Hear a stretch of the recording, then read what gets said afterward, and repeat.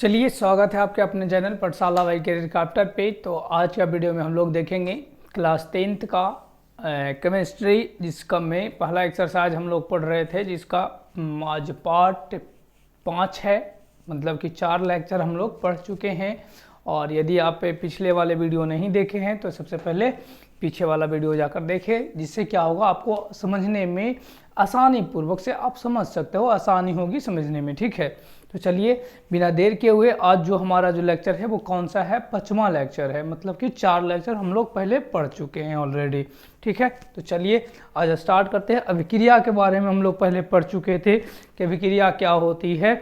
इसके बारे में जो हम करीब करीब 9 अभिक्रियाओं के बारे में आपको हम बताए थे कि अभिक्रिया कौन सी, उदासीनीकरण अभिक्रिया, द्विविस्थापन अभिक्रिया, एकल विस्थापन अभिक्रिया, अपक्षेपण अभिक्रिया, ये सभी के बारे में हम लोग पढ़ चुके हैं पहले से। ठीक है, तो चलिए आज जो हम लोग स्टार्ट करते हैं, ये अभिक्रिया के कारण दैनिक जीवन में क्या क्या अभिक्रियाएं होती है और हमें उससे क्या फायदा या कुछ लाभ भी होती है क्या, इसी के बारे में हम लोग जानेंगे। चलिए स्टार्टिंग है, करते हैं।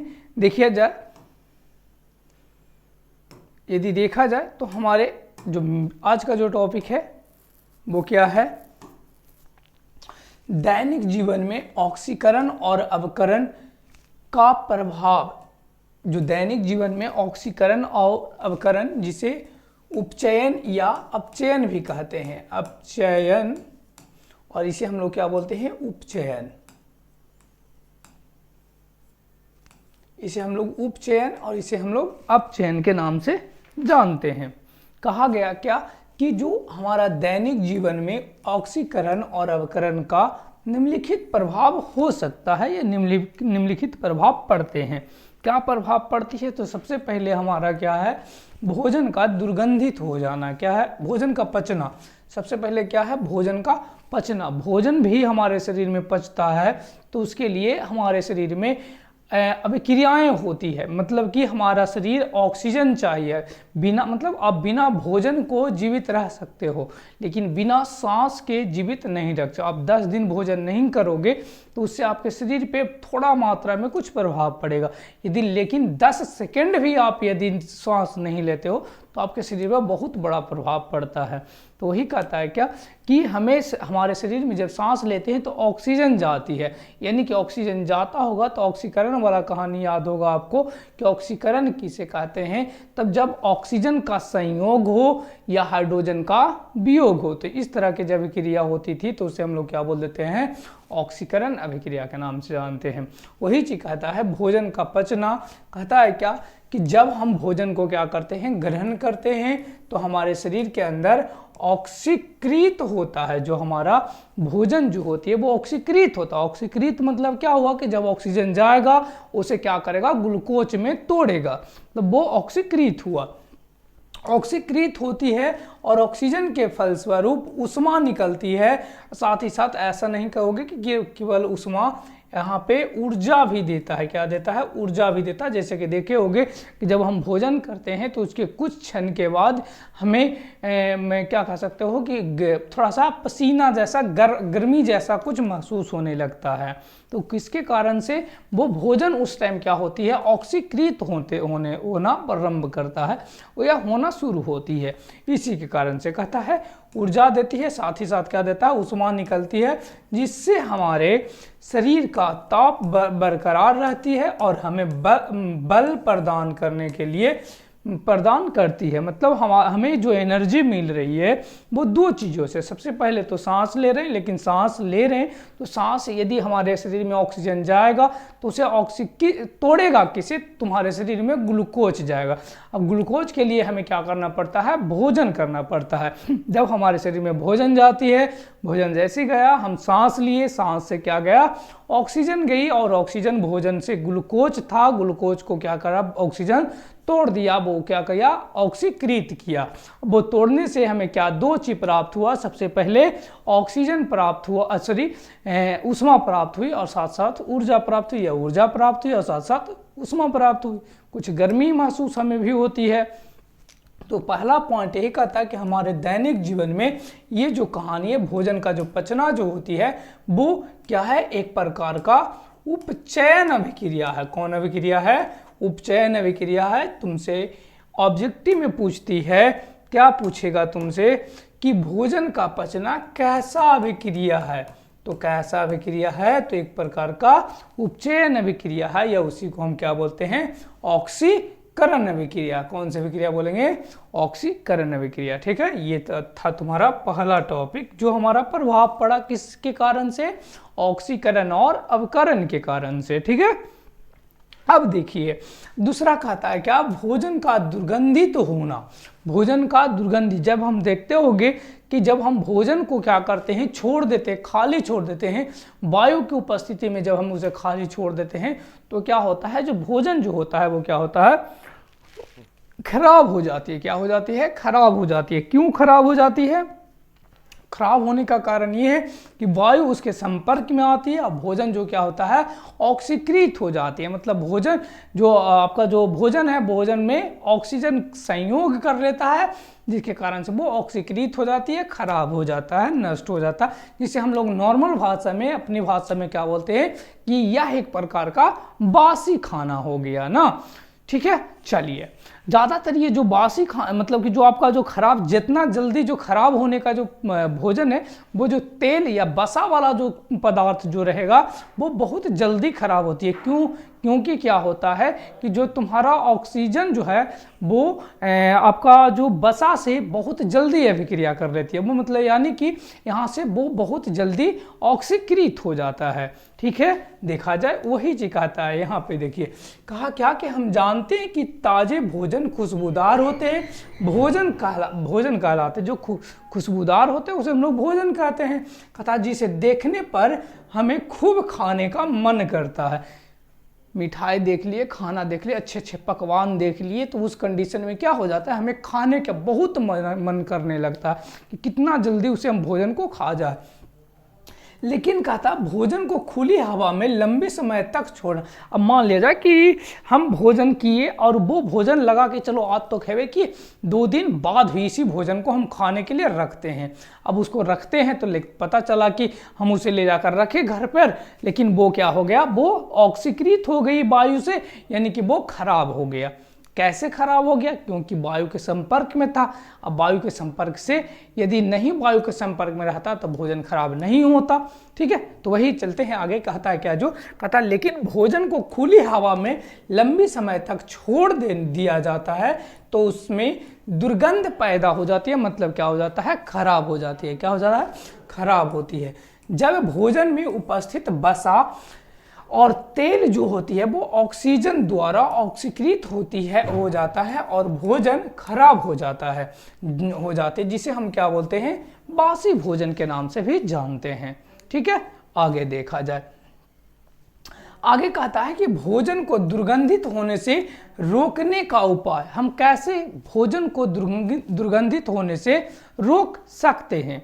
ठीक है, दुर्गंधित होने से रोक सकते हैं। कैसे रोक सकते हैं? सबसे पहले घरों में रखे फ्रिजों द्वारा उपयोग करके। अब जिसके पास फ्रिज है वो क्या करेगा? भोजन जो है उनके पास जो भोजन हमको लगा कि नहीं एक 2 दिन के बाद भी इस भोजन को हम खाएं, इसको रख दिया जाए, तो वो क्या करें? जिनके पास यदि फ्रिज है तो वो क्या करेंगे? वो फ्रिज में जाकर ले जाकर रख देंगे और वो जब चाहें जब उस भोजन को खा सकते हैं। तो अच्छा, फ्रिज में रखे भोजन खराब क्यों नहीं होता है? क्यों नहीं होती है? क्योंकि वहाँ पे दिक्कत होता है क्या कि जो आपका जो फ्रिज जो है वो कम टेम्परेचर में होती है। आपको पता होगा कि जीवाणु ऐसा बैक्टीरिया ऐसा जो होती है वहाँ पे साथ ही से सबसे पहले तो वो ऑक्सीजन रुद्र रहती है, मतलब वायु रुद्र रहती है। वायु रुद्र रहेगा तो सिंपल से बात है कि जब वहाँ पे ऑक्सीजन जैबे न करेगा तो जो तुम्हारा भोजन था वो भोजन ऑक्सीकृत होवे नहीं करेगा। दूसरी बात कि वहाँ पे बैक्टीरिया ये सब भी बहुत जल्दी नहीं पहुँच पाती है, ताकि टेम्परेचर वहाँ का बहुत कम रहता है, इसके कारण से वहाँ पे पनप नहीं पाता है। ठीक है, चलो आगे देखा जाए। तो कहा क्या? सबसे पहले आप भोजन को क्या कर लोगे? फ्रिज में रखकर भी भोजन को संरक्षित कर सकते हो। दूसरी कि भोजन में एंटीऑक्सीडेंट पदार्थ को मिलाकर, एंटीऑक्सीडेंट कुछ पदार्थ आती है, कुछ पाउडरें आती है जिसको मिला देने से कुछ दिनों तक, कुछ महीनों तक भोजन क्या होता है? संरक्षित रह जाती है, मतलब वो खराब नहीं जल्दी हो पाता है। एक नॉर्मल सा आप मतलब एक घरेलू उपयोग कर सकते हो क्या, कि यदि भोजन है उस भोजन में यदि नींबू का रस यदि कुछ मात्रा में मिला देते हो तो वो भोजन जो होता है वो तुम्हारा खराब नहीं होती है जल्दी। ठीक है, चलो आगे देखा जाए। आगे कहता है क्या कि भोजन जो होता है, भोजन को हवा रुद्र यानी वायु रुद्र रख सकते हो, वायु के संपर्क में न रखें। जैसे वायु के संपर्क में न रखोगे ये तुम्हारा जो भोजन होगा, भोजन क्या होगा, खराब नहीं होगा, कभी भी खराब नहीं होने जा रहा। अब ऐसा नहीं कह सकते कि सर महीना दिन रख सकते हैं, 2 महीना, ऐसा थोड़ी है, आपका किसी न किसी तरह से वहां पे तो वायु पहुंच जाएगा। ठीक है, चलो कहा क्या कि भोजन को वायुरुद्र बर्तनों में रखकर हम भी क्या कर सकते हैं, जो भोजन को संरक्षित कर सकते हैं। तो यहां से हमें यह पता चला कि भोजन का दुर्गंधित होना भी एक प्रकार का क्या है, उपचयन अभिक्रिया है। ठीक है, ऑक्सीकरण अभिक्रिया है। चला जाए आगे देखें। अगला जो टॉपिक है वो श्वसन की क्रिया की बात कर रहा है। श्वसन जो होता है, जो श्वसन हमारे लिए हर पल हर क्षण जो होती है ना, हर क्षण जरूरी होता है, यह एक ऑक्सीकरण अभिक्रिया होती है। याद रखोगे कि जो श्वसन भी है, श्वसन भी उपचयन अभिक्रिया है। कौन अभिक्रिया है, उपचयन अभिक्रिया है। यही तुमसे क्वेश्चन पूछेगा कि भोजन का पचना, मानव में श्वसन की क्रिया कैसी अभिक्रिया है, तो यह एक प्रकार का कैसी अभिक्रिया है, तो उपचयन अभिक्रिया है। कैसे अभिक्रिया है, उपचयन अभिक्रिया। ठीक है, जब हम सांस लेते हैं तो हमारे शरीर में उपस्थित कोशिका के अणु क्या होता है, ऑक्सीकृत होकर कार्बन डाइऑक्साइड गैस बनाती है और श्वसन छोड़ने के क्रम में वो बाहर निकल आते हैं। जब हम सांस लेते हैं तो इतना कहानी नहीं याद रखना, हमको क्या करना है कि जब सांस लेते हैं तो क्या होती है, हमारे पास जो भोजन होती है, उसके पास जो भोजन होती है वो ग्लूकोज में रहता है। अब ग्लूकोज से भी छोटा छोटा अणु में बनी होती है, टूट के धीरे धीरे वो टूट जाती है। लेकिन मेन रूप से यदि हम लोग ग्लूकोज जानेंगे, ग्लूकोज में जैसे ही ऑक्सीजन के संपर्क में आती है तो वो टूटती है, टूट के किसके पास जाती है, कोशिका के पास। कोशिका उसका उपयोग करती है, ऊर्जा के रूप में उसका उपयोग करती है। जब एटीपी के रूप में वो ऊर्जा के रूप में जब उपयोग करती है तो कुछ मात्रा में किसका निर्माण होती है, कार्बन डाइऑक्साइड का। वो कार्बन डाइऑक्साइड क्या होता है, हमारे शरीर से फिर बाहर होती है जब सांस छोड़ते हैं उस क्रम में। ठीक है, चलो आगे कहता है दहन की क्रिया में भी एक प्रकार का जो होता है वो आपका ऑक्सीकरण अभिकरण भाग लेती है। जैसे हमारे दैनिक जीवन में दहन की कई क्रियाएं होती है, जैसे जलावन के रूप में लकड़ी का जलाना। जब जलाते हैं लकड़ी को तो क्या बिना ऑक्सीजन के वो वस्तु जलती है। कोई लकड़ी आपके आसपास है तो बिना ऑक्सीजन को जला सकते हो, नहीं जला सकते हो। क्यों नहीं जला सकते हो, क्योंकि वो दहन का पोषक पदार्थ होती है। आगे चलकर हम पढ़ेंगे कि वो क्या होती है, एक प्रकार का दहन का पोषक पदार्थ होती है, इसी के कारण से हम नहीं जला पाते। तो कहता है क्या कि जो हमारे दैनिक जीवन में दहन की कई क्रिया होती है, जैसे कि जलावन के रूप में कोयला को जलाते हैं, तो एलपीजी को जलाते हैं, तो ये सभी के सभी क्या होता है, ऑक्सीजन की उपस्थिति में ही जलता है। ठीक है, चलो आगे देखा जाए। आगे कहता है दहन और ज्वाला। यही आ गई कि दहन और ज्वाला किसे कहा जाता है। दहन वैसे पदार्थ जो ऑक्सीजन की उपस्थिति में जलकर क्या प्रदान करे, उष्मा प्रदान करे और क्या दे, प्रकाश दे। जब कोई पदार्थ ऑक्सीजन की उपस्थिति में जलकर उष्मा और क्या दे, प्रकाश उत्पन्न करती है, तब हम इस क्रिया को क्या बोलते हैं, दहन के नाम से जानते हैं। क्या कहते हैं, वैसी क्रिया को दहन कहते हैं। या वैसी पदार्थ जिसमें जलने की प्रवृत्ति होती है उसे हम क्या बोलते हैं, दहन कहते हैं। ठीक है, और वे पदार्थ जो जलता है उसे हम दहनशील पदार्थ के नाम से जानते हैं। ठीक है, या ज्वलनशील पदार्थ के नाम से जानते हैं। जैसे कार्बन हो गया, ऑक्सीजन की उपस्थिति में जलाए, कार्बन डाइऑक्साइड उष्मा और प्रकाश दिया। उसी तरह से सल्फर को ऑक्सीजन की उपस्थिति में जलाए, सल्फर डाइऑक्साइड उष्मा देती है और क्या देता है, तुम्हारा प्रकाश देता है। कहता है अदहनशील या अज्वलनशील।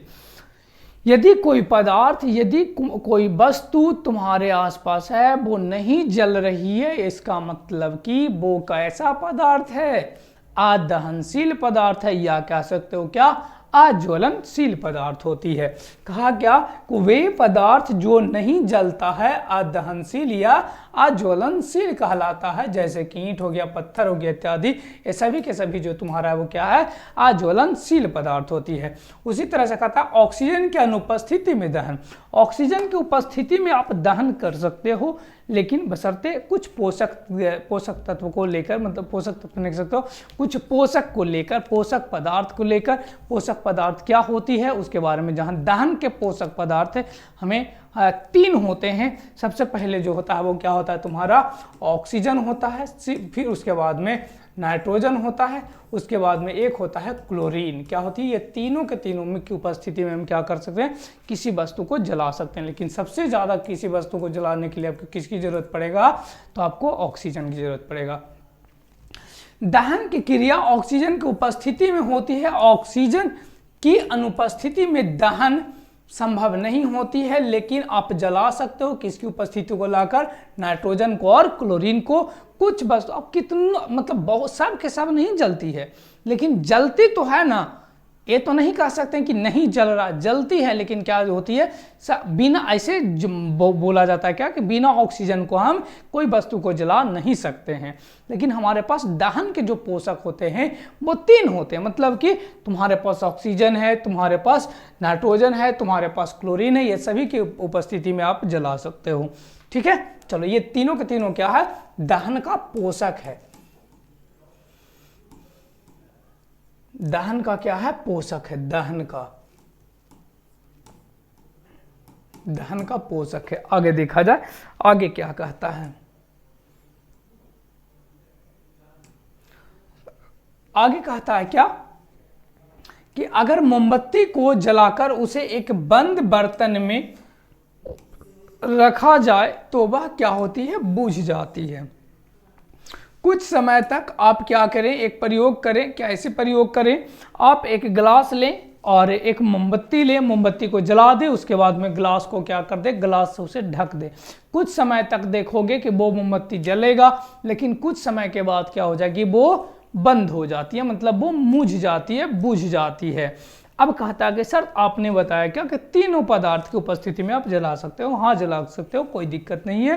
किसकी उपस्थिति में, यदि मान लिया जाए कि हम जो एक कोई जार लेते हैं, जार यानी कि जो शीशा का जो तुम कोई वस्तु है, आप कांच का कोई ऐसा कुछ इंस्ट्रूमेंट लिए और उस इंस्ट्रूमेंट में सबसे पहले क्या कीजिए, आप उसे वायुरुद्ध कर दीजिए। वायुरुद्ध मतलब क्या कर दीजिए, मतलब उसमें से वायु को निकाल दीजिए। उसके बाद में आप ऑक्सीजन की जगह किसकी उपस्थिति कर दें, नाइट्रोजन की उपस्थिति कर दें, नाइट्रोजन की उपस्थिति कर दें, या कर दें किसको, या कर दें किसको, क्लोरीन को, और उसकी उपस्थिति में जला कर देखिए कोई वस्तु, वो कुछ समय तक वो भी जलेगा। इसका मतलब क्या कि आप ये तीनों की उपस्थिति में किसी वस्तु को जला सकते हैं। लेकिन उसके बाद कुछ क्षण के बाद या कुछ समय के बाद जब वो खत्म हो जाएगी, मतलब कि जो तुम गैस डाले थे वो गैस खत्म हो जाएगा, तो क्या हो जाएगी, वो मुझ जाएगा फिर से दोबारा। ठीक है, आगे देखा जाए। आगे कहता है कि दहन के लिए आवश्यक विशेषताएं या विशेषताएं क्या होती है, तो दहन की क्रिया के लिए 3 विशेषताएं दिए गए हैं। सबसे पहले दहनशील पदार्थ होती है। मान लिया जाए कि हमको कहेगा कि तुम ईंटा को ऑक्सीजन की उपस्थिति में जलाओगे, जलेगा कभी नहीं। तो सबसे पहले दहनशील पदार्थ होनी चाहिए। जैसे कि मान लिया जाए कि हमको जलाना है तो कोयला ले लिए, क्या ले लिए हम, कोयला ले लिए। कोयला जो हो गया, जो तुम्हारा क्या हो गया, कोयला जो लिए, जो क्या तुम्हारा हो गया, दहनशील पदार्थ हो गया। फिर कहा था दहन के पोषक होनी चाहिए। दहन के पोषक के जगह पे क्या होना चाहिए, आप ऑक्सीजन को ले सकते हो, आप नाइट्रोजन को ले सकते हो, या आप किसको ले सकते हो, क्लोरीन को ले सकते हो। ये तीनों में से किसी को भी आप ले सकते हो। आगे ज्वलन ताप की प्राप्ति होना चाहिए। ज्वलन ताप की प्राप्ति मतलब क्या होती है कि वह ताप जिस पर कोई वस्तु जलना प्रारंभ कर देती है उसे हम क्या बोलते हैं, या उस ताप को हम क्या बोलते हैं, ज्वलन ताप के नाम से जानते हैं। कोई वस्तु है, कोई वस्तु को देखते होगे कि जैसे हम पुआरा ले लिए, पुआरा को तुरंत माचिस डालेंगे तुरंत लहर जाएगा। अब एक हम लकड़ी ले लिए, अब लकड़ी को हम एक इतना मोटा लकड़ी ले लिए, वो लकड़ी को माचिस से लाइटर से जला रहे हैं, जलेगा, बहुत समय लगेगा। इसका मतलब इसका ज्वलनताप जो पुआरा आप लिए थे उससे ज़्यादा है। इसी के कारण से क्या, सॉरी इसका कम है, ज्वलनता इसका कम है, इसके ज़्यादा रहेगा, ज़्यादा है, इसी के कारण से क्या होगा कि ये बहुत जल्दी ना जलेगा, वो कम है इसके कारण से वो क्या होगा, वो जल जाएगा तुरंत से। ठीक है, चलो आगे देखोगे।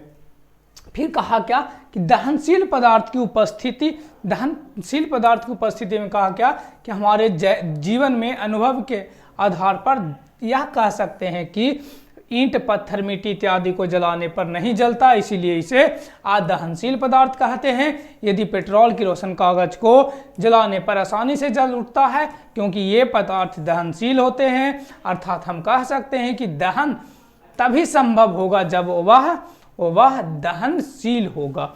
अब किसी भी वस्तु को यह दहन तभी संभव होगा जब जलने योग्य वाले पदार्थ होगा, दहन की पोषक की उपस्थिति होनी चाहिए, ज्वलनताप की उपस्थिति होनी चाहिए।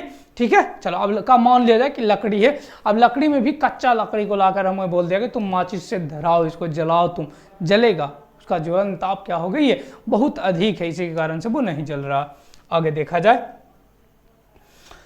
आगे कहता है दहन के पोषक पदार्थ की उपस्थिति। कहा जब कोई ज्वलनशील पदार्थ को हवा की उपस्थिति में जलाया जाता है तो वह आसानी से जल उठता है। यदि उस पदार्थ को बंद बर्तन से ढक दिया जाए तो वह बुझ जाती है। इससे यह पता चलता है कि बिना हवा के कोई पदार्थ नहीं जल सकता है। इसीलिए यहाँ हवा पोषक पदार्थ का कार्य करता है, लेकिन पोषक की जगह पोषक पदार्थ, दहन के पोषक के पदार्थ की जगह पे कितने, 3 होते हैं। कितने पोषक होते हैं, 3 होती है। सबसे पहले ऑक्सीजन, दूसरी बात में नाइट्रोजन और तीसरी बात क्या हो जाती है, क्लोरीन हो जाता है। ठीक है, चलो आगे देखा जाए। आगे कहा ज्वलन ताप, जिस ताप पर कोई वस्तु जलना प्रारंभ करती है उस ताप को हम क्या बोलते हैं, ज्वलन ताप के नाम से जानते हैं।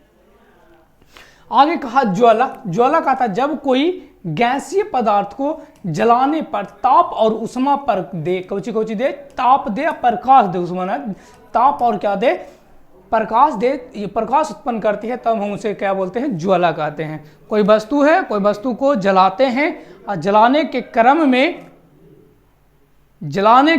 में क्या दे, तुम्हें प्रकाश दे और ताप दे, तभी इस तरह के हम क्रिया को क्या बोलते हैं, ज्वाला के नाम से जानते हैं। ज्वाला क्या होते हैं, 2 प्रकार के होते हैं। कितने प्रकार के, 2 प्रकार के। एक जो दैदीप या नॉन लुमिनियस जिसे बोलते हो, हम इसे क्या बोलते हैं, नॉन लुमिनियस, और एक अदैदीय पेमान, एक को दीप्तमान, एक को क्या अदीप्तमान होना चाहिए। एक के क्या बोलते हैं, दीप्तमान बोल सकते हो इसे आप, दीप्तमान बोलते हैं, और इसे क्या बोलते हैं, अदीप्तमान के नाम से जानते हैं। एक को दीप्तमान कहते हैं, दूसरा को अदीप्तमान कहते हैं। लुमिनियस और नॉन लुमिनियस के नाम से जानते हैं, या इसे प्रदीप्त बोलते हैं, इसे अप्रदीप्त के नाम से भी जानते हैं। प्रदीप्त जिससे प्रकाश उत्पन्न होती है बोल सकते हैं। अब वही कहता है कि वैसे ज्वाला जो ताप और प्रकाश देती है उसे हम क्या बोलते हैं, दैदीप्यमान, क्या, या उसे दीप्तमान कहते हैं, ज्वाला कहते हैं। जैसे लालटेन हो गया, टॉर्च हो गया, बल्ब हो गया, ये सभी के सभी क्या तुम्हारा है, दीप्तमान हो गया। और अदीप्तमान की बात करोगे तो वैसी ज्वाला जो ताप और प्रकाश नहीं देती है तो उसे हम क्या बोलते हैं, अदीप्तमान के नाम से जानते हैं। जैसे गैस की ज्वाला, ये प्रकाश नहीं देगा, हीट देती है लेकिन प्रकाश नहीं देता है। आगे देखा जाए, आगे ये जो तुम्हारा जो लास्ट है, आगे इसके आगे चलेंगे तो हम पढ़ेंगे मोमबत्ती की संरचना। मोमबत्ती की संरचना में हमको क्या क्या दिखना, मतलब उसमें कई तरह की संरचना बनी होती है, उसमें कई क्षेत्र होते हैं। कब दीप्तमान होगा, मतलब कि कौन प्रकाश, कोई क्षेत्र है जो प्रकाश देती है, कोई केवल आपका हीट देता है, कोई दोनों में से कुछ भी नहीं देती है। कभी कभी क्या होती है कि मोमबत्ती के बीचों बीच में यदि ले जाकर तिल्ली, जो माचिस का जो तिल्ली है, यदि आप घुसा दोगे, रख दोगे वहाँ पे, फिर भी वो नहीं जल पाती है। क्यों नहीं जल पाती है, इसके बारे में हम लोग वहाँ पे चर्चा करेंगे। चलिए, आशा करते हैं कि वीडियो आपको ये समझ में आया होगा, अच्छा लगा होगा। यदि अच्छा लगता है वीडियो तो कमेंट करें, लाइक करें, अपने दोस्तों के पास क्या करें, लिंक को शेयर कर दें, और यदि आप नए बच्चे हैं तो चैनल को क्या कर लें, सब्सक्राइब कर लें। ठीक है, तो चलिए फिर मिलते हैं नेक्स्ट वीडियो में। तब तक के लिए जय हिंद, थैंक्स फॉर वॉचिंग।